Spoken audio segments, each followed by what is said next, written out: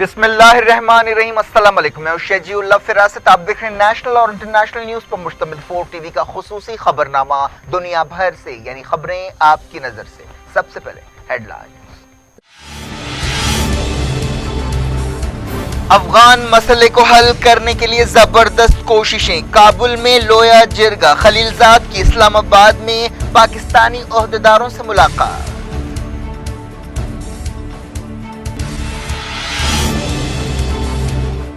ایران اپنے مسائل کے لیے خود ذمہ دار ہے، یو اے ای نے امریکہ کو جنگ کے لیے اکسانے کا الزام رد کر دیا۔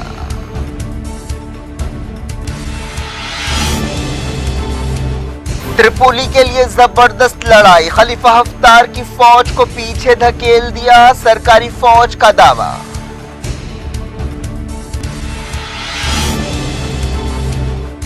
سوڈان میں احتجاجی لیڈرز اور فوجی حکمرانوں کے درمیان بات چیت، عبوری اتھارٹی قائم کرنے پر غور۔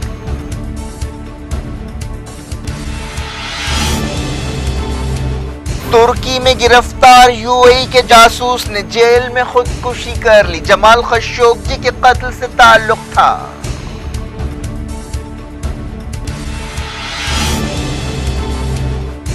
سری لنکا میں برقع بین پر عمل شروع ہو گیا۔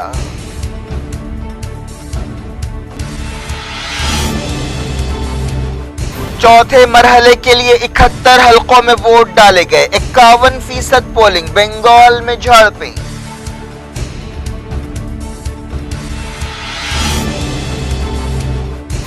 ممتا کے 40 ایم ایل ایز ربط میں ہیں، مودی نے کیا دعویٰ، کہا 23 مئی کے بعد ہر طرف کنول کھلے گا۔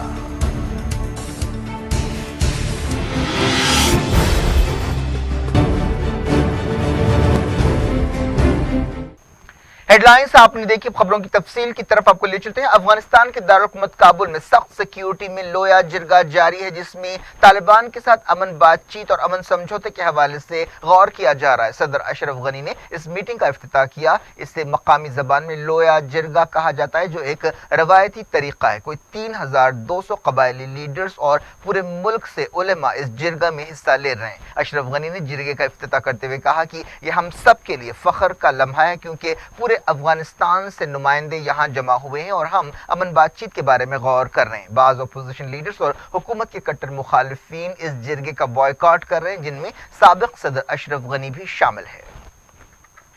صدر اشرف غنی نے طالبان کو بھی اس جرگے میں حصہ لینے کی دعوت دی تھی، لیکن انہوں نے اس پیشکش کو ٹھکرا دیا۔ یہ لوگ ایک ایسے وقت جمع ہوئے ہیں جب طالبان قطر کے دارالحکومت دوحہ میں امریکہ کے ساتھ کئی دور کی بات چیت کر رہے ہیں۔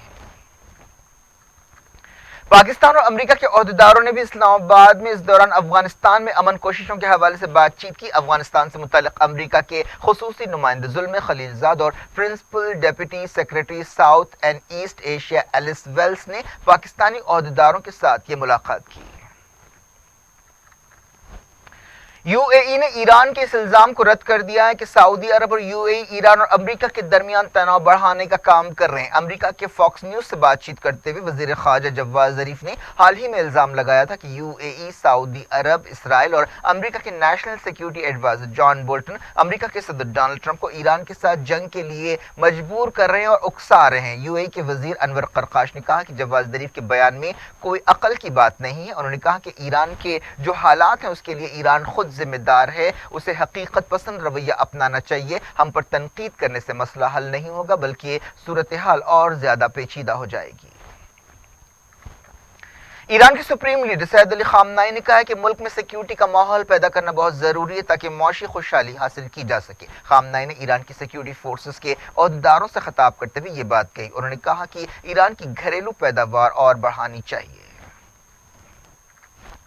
ایرانی پارلیمنٹ مجلس کے اسپیکر علی لاریجانی نے کہا کہ ایران یورپ کی شرطوں اور مطالبات کو زیادہ اہمیت نہیں دیتا، کیونکہ یورپ کی حکومتوں نے امریکہ کی دشمنی پر مبنی پالیسیوں سے نمٹنے کے حوالے سے ایران کو مایوس کیا ہے۔ علی لاریجانی نے آسٹریا اور ایران کے ایک پارلیمانی گروپ کی میٹنگ کے موقع پر یہ بات کہی۔ ایران اور رشیا کے فوجی اس سال خلیج فارس میں بحری مشقیں کریں گے۔ ایران کے نیوی کمانڈر نے یہ بات بتائی۔ ریئر ایڈمرل حسین خانزاد نے ایک پریس کانفرنس سے خطاب کرتے ہوئے یہ اعلان کیا۔ انہوں نے چائنا کے ایک ڈیلیگیشن سے ملاقات کے موقع پر یہ پریس کانفرنس کی۔ ایرانی کمانڈر نے یہ بھی اعلان کیا کہ انہوں نے چائنا کے عہدیداروں کے ساتھ تعاون کے ایک سمجھوتے پر دستخط کیے ہیں۔ ترکی کے صدر طیب ایردوان نے کہا ہے کہ ان کا ملک غیر ملکی طاقتوں کی معاشی دہشت گردی کے آگے نہیں جھکے گا اور ہمارے لوگوں کے خلاف سازشیں کرنے والوں سے مقابلہ کرے گا۔ طیب ایردوان نے انقرہ میں AK پارٹی کی ایک میٹنگ سے خطاب کرتے ہوئے کہا کہ یہ چیلنجز ہمیں یاد دلاتے ہیں کہ ہمیں کبھی بھی ایک مضبوط ترکی بنانے کے اپنے خوابوں کو نہیں چھوڑنا چاہیے۔ انہوں نے کہا کہ ہم اس لڑائی میں جیتیں گے یا مر جائیں گے، کوئی دوسرا راستہ نہیں ہے۔ ترکی میں گرفتار UAE کے ایک جاسوس نے خودکشی کر لی ہے۔ حال ہی میں ترکی میں 2 جاسوسوں کو گرفتار کیا گیا تھا جو UAE کے لیے کام کر رہے تھے۔ استنبول کے قریب ایک جیل میں خودکشی کا یہ واقعہ پیش آیا۔ ترکی کی وزارت انصاف نے اس خبر کی تصدیق کی ہے۔ ان دونوں جاسوسوں کا تعلق سعودی عرب کے ناراض جرنلسٹ جمال خشوگی کے قتل سے ہو سکتا ہے۔ عہدیدار اس معاملے کی چھان بین کر رہے ہیں۔ ترک عہدیداروں کے حوالے سے ایک رپورٹ میں کہا گیا کہ UAE کے جاسوس نے جیل میں پاجامے کا استعمال کرتے ہوئے خودکشی کی۔ عراق میں یزیدی فرقے کے لیڈرز نے کہا کہ وہ آئس ملیٹنٹس کے ریپ کے نتیجے میں پیدا ہونے والے بچوں کو قبول نہیں کریں گے۔ عراق کے ایک بڑے حصے پر آئس کے قبضے کے دوران ملیٹنٹس نے کئی یزیدی عورتوں کا اغوا کر لیا تھا اور ان کے ساتھ جنسی زیادتی کی تھی۔ یزیدی سپریم نیشنل کونسل نے ایک بیان میں پہلے کہا تھا کہ ISIS کے جرائم کے تمام متاثرین اور ان کے بچوں کو کمیونٹی میں قبول کیا جائے گا، لیکن اب کہا گیا کہ ریپ کے نتیجے میں پیدا ہونے والے بچوں کو کمیونٹی میں شامل نہیں کیا جائے گا۔ لیبیا کے دارالحکومت تریپولی پر کنٹرول کے لیے جنرل خلیفہ حفتار کی فوج اور سرکاری فوج کے درمیان لڑائی ہو رہی ہے۔ سرکاری فوج کے ترجمان نے دعویٰ کیا کہ خلیفہ حفتار کی فوج کو پیچھے دھکیلا گیا۔ بعض خبروں میں کہا گیا کہ کئی جگہ گھمسان کی لڑائی ہو رہی ہے۔ خلیفہ حفتار کی لیبین نیشنل آرمی کے حملوں میں 4 سویلینز کے مارے جانے کی خبر ہے۔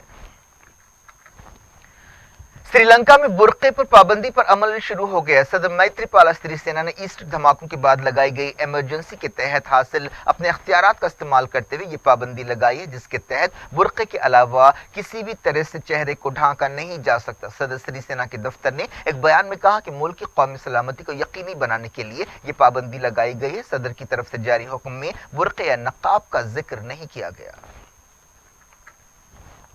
سوڈان میں عبوری فوجی حکمرانوں اور احتجاجیوں کے درمیان بات چیت جاری ہے۔ اس بات چیت میں ایک عبوری اتھارٹی بنانے پر غور کیا جا رہا ہے، جس میں کئی یونینز اور گروپوں کے نمائندے شامل ہوں گے۔ سوڈان میں لمبے عرصے تک حکومت کرنے والے صدر عمر البشیر کے خلاف مظاہروں کی قیادت کرنے والی تنظیم سوڈانیز پروفیشنلز ایسوسی ایشن نے تصدیق کی ہے کہ عبوری فوجی کونسل کے ساتھ 3 مرتبہ ملاقات ہوئی۔ بعض ارکان کو اس عبوری اتھارٹی میں شامل کرنے کے بارے میں اختلافات پائے جاتے ہیں۔ اسپین میں سوشلسٹ ورکرز پارٹی نے 123 سیٹیں جیتتے ہوئے ملک کے الیکشنز میں کامیابی حاصل کی ہے، لیکن کٹر خیالات رکھنے والی پیپلز پارٹی نے اتوار کو ہونے والے الیکشنز میں 66 سیٹیں جیتے ہوئے سب کو حیران کر دیا۔ ان الیکشنز میں 75% ووٹرز نے حصہ لیا تھا۔ تقریباً تمام ووٹوں کی گنتی پوری ہو چکی ہے۔ اس دوران سوشلسٹ پارٹی کے لیڈر پیڈرو سانچیز نے کہا کہ وہ ملی جلی حکومت بنانے کے لیے دوسری پارٹیوں کے ساتھ بات چیت کر رہے ہیں۔ اسپین کے کیٹالونیا علاقے میں امیدوں کے برخلاف ووٹرز نے جوش و خروش سے ووٹنگ میں حصہ لیا۔ کیٹالونیا کی ایک مقامی پارٹی نے 14 سیٹیں حاصل کی۔ اسپین کے ان الیکشنز میں سوشلسٹ پارٹی نے کامیابی ضرور حاصل کی، لیکن پہلی مرتبہ کٹر خیالات رکھنے والی پارٹی نے کافی زیادہ سیٹیں جیتی ہیں۔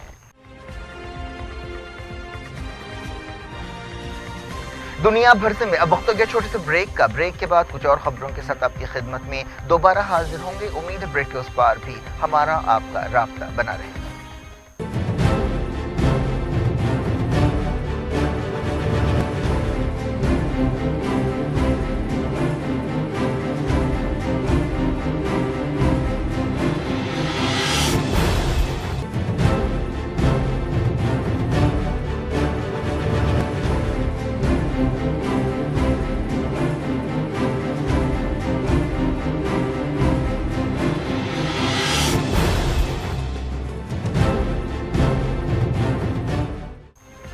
Welcome back. آپ دیکھ رہے ہیں اپنا پسندیدہ خبرنامہ دنیا بھر سے اور میں ہوں شجیع اللہ فراز۔ اس خبرنامے میں ہم آپ کے لاتے ہیں دنیا کے گوشے گوشے سے آپ کی پسند اور دلچسپی کی خبریں۔ آگے بڑھنے سے پہلے ہیڈ لائنز ایک بار پھر۔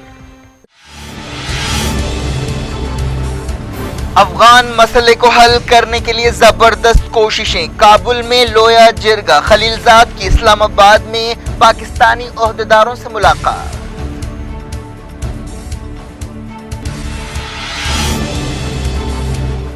ایران اپنے مسائل کے لیے خود ذمہ دار ہے، یو اے ای نے امریکہ کو جنگ کے لیے اکسانے کا الزام رد کر دیا۔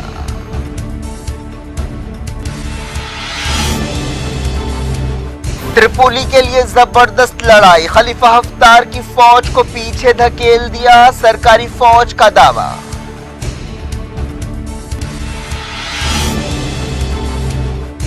سوڈان میں احتجاجی لیڈرز اور فوجی حکمرانوں کے درمیان بات چیت، عبوری اتھارٹی قائم کرنے پر غور۔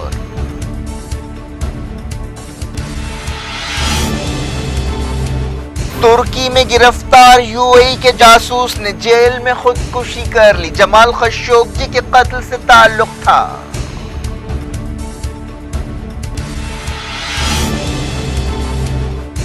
سری لنکا میں برقع بین پر عمل شروع ہو گیا۔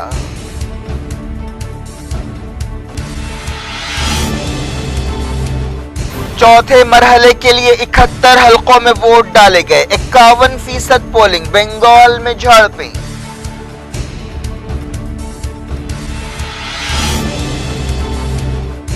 ممتا کے 40 ایم ایل ایز ربط میں ہیں، مودی نے کیا دعویٰ، کہا 23 مئی کے بعد ہر طرف کنول کھلے گا۔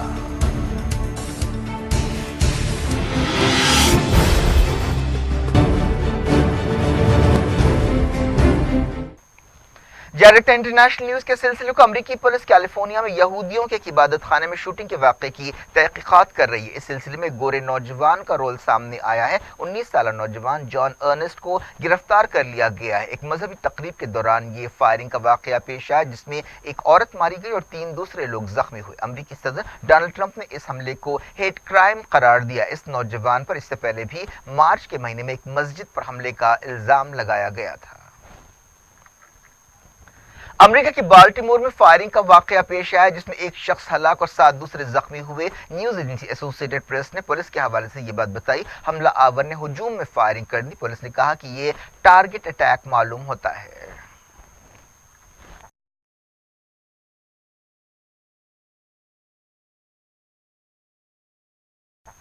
امریکی فوج نے ایک بار پھر آبنائے تائیوان میں اپنے جہازوں کو روانہ کیا، حالانکہ چائنا نے امریکہ کو ایسے قدم کے خلاف خبردار کیا تھا۔ امریکہ کے 2 جہاز آبنائے تائیوان کے قریب پہنچے۔ چائنا نے اب تک سرکاری طور پر اس بارے میں کچھ نہیں کہا، لیکن عام طور پر وہ ایسی حرکتوں یا کارروائیوں پر غصے کا اظہار کرتا ہے۔ بیجنگ نے پچھلے ہفتے ہی دوسرے ملکوں سے کہا تھا کہ وہ سمندر سے گزرنے کے اپنے حق کا استعمال دوسروں کے معاملات میں دخل اندازی کے لیے بہانے کے طور پر نہ کریں۔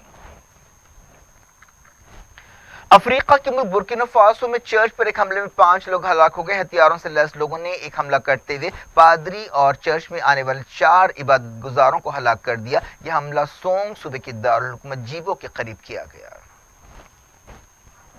International Monetary Fund I M F کا ایک ڈیلیگیشن ایک امدادی پیکیج کے سلسلے میں بات چیت کے لیے پاکستان پہنچا۔ پاکستان کیش کی قلت کے بحران سے دوچار ہے۔ وزارت فائنانس کے ایڈوائزر خاقان نجیب نے بتایا کہ آئی ایم ایف کی ٹیم اسٹیٹ بینک، وزارت فائنانس اور فیڈرل بورڈ آف ریونیو کے عہدیداروں سے ملاقات کر رہی ہے۔ اب بات کرتے ہیں انڈیا کے الیکشنز کی۔ لوک سبھا الیکشنز کے چوتھے مرحلے کے تحت 9 ریاستوں کے 71 حلقوں میں ووٹ ڈالے گئے۔ ووٹنگ کا فیصد شروعاتی خبروں کے مطابق تقریباً 51% ریکارڈ کیا گیا۔ اس مرحلے میں 961 امیدواروں کی قسمت کا فیصلہ ہوگا، جن میں مرکزی وزیر گری راج سنگھ، ایس اہلووالیہ، بابل سپریو وغیرہ شامل ہیں۔ اس کے علاوہ سابق مرکزی وزیر سلمان خورشید بھی ان امیدواروں میں شامل ہیں جن کی قسمت کا فیصلہ اس مرحلے میں ہوگا۔ اس کے علاوہ سابق وزیر ادھر چودھری بھی امیدوار تھے۔ دوسرے اہم امیدواروں میں بالی ووڈ سٹار ارملا ماٹونڈکر، سابق وزیر ملند دیورا اور سماج وادی پارٹی لیڈر اکھلیش یادو کی بیوی ڈمپل یادو شامل ہے۔ اڑیسہ کے 41 اسمبلی حلقوں میں بھی ووٹنگ ہوئی۔ اس کے ساتھ ہی اڑیسہ میں لوک سبھا اور اسمبلی الیکشنز کے لیے ووٹنگ کا مرحلہ پورا ہو گیا ہے۔ لوک سبھا چناؤ کے ساتھ ساتھ آندھرا پردیش، اروناچل پردیش، سکم اور اڑیسہ میں بھی اسمبلی الیکشنز ہو رہے ہیں۔ آندھرا پردیش، اروناچل پردیش اور سکم میں ووٹنگ مکمل ہو چکی ہے۔ مدھیہ پردیش کے چندواڑہ اسمبلی حلقے اور اتر پردیش کے میگاسان اور ویسٹ بنگال کے کرشنا گنج میں بھی بائی الیکشنز کے تحت ووٹ ڈالے گئے۔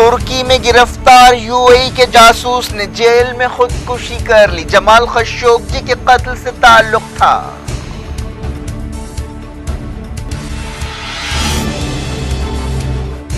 سری لنکا میں برقع بین پر عمل شروع ہو گیا۔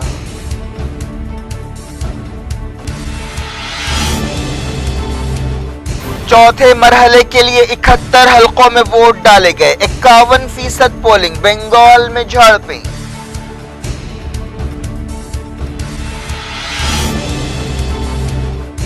ممتا کے 40 ایم ایل ایز ربط میں ہیں، مودی نے کیا دعویٰ، کہا 23 مئی کے بعد ہر طرف کنول کھلے گا۔